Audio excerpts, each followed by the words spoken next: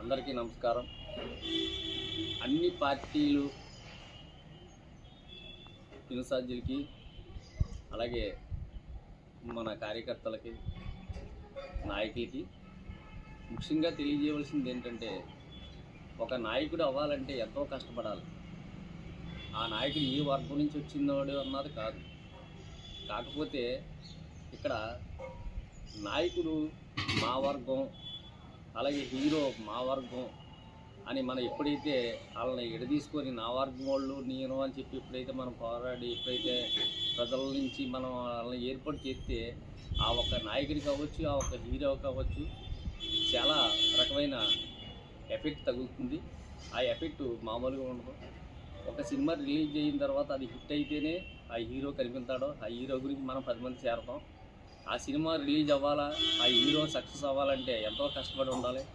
Next ఇంతమంది ప్రేక్షకులు కూడా ఆ హీరోకి ఎంతో సపోర్ట్ ఇవ్వాలి. అటువంటి హీరో వీళ్ళు మా వర్గానికి చెందినవాడు, ఈ మా వర్గానికి చెందినవాడు అని వాటి ఎట్టి పరిస్థితుల్లో వాళ్ళని కిందపరచొద్దు.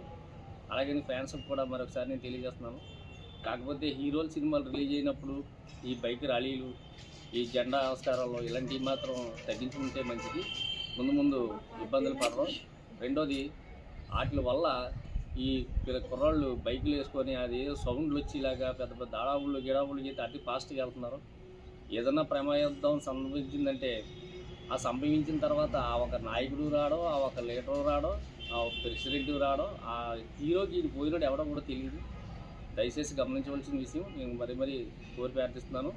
కనుక అటువంటిది ఏదైనా చేయాలనుకుంటే, ఒక హీరో పుట్టినరోజు, ఒక హీరో ఫంక్షన్ అన్నప్పుడు 10 మంది పేదవాళ్ళకి భోజనాలు పెట్టడం, లేదా 10 మందికి ఆ హీరో పేరు మీద బట్టలు పెట్టడం చేస్తే ఎంతో మన ప్రజాస్వామ్యంలో ఇంకా ప్రజాస్వామ్యంలో ఉన్నాం. మనం ప్రజాస్వామ్యం బతికే ఉందని మనం అనుకోవడానికి ఉంటుంది. ఇది ఒకసారి ముఖ్యంగా గమనించాలి. అలాగే మన దేశ నాయకులు ఉన్నారు. ఒక్కొక్క వర్గం నుంచి ఒక్కొక్క నాయకులు వచ్చారు. ఆ వర్గం నుంచి వచ్చిన నాయకుడు మన భారత నాయకుడు అవుతాడు తప్ప నా వర్గం నుంచి నా నాయకుడు అవడం. అలాగని కేర్ ఇచ్చేసి మాట్లాడితే ఒకవేళ రేపొద్దున ఆ నాయకులకి లాస్ట్కి దండేసి నమస్కారం పెట్టి వాళ్ళు కూడా ఉంటారు ముందు. నేను మరొకసారి దీన్ని విజ్ఞప్తి చేసుకుంటున్నాను. దయచేసి దీన్ని గమనించాలి. అన్ని వర్గాల వాళ్ళకి కూడా నా నమస్కారం.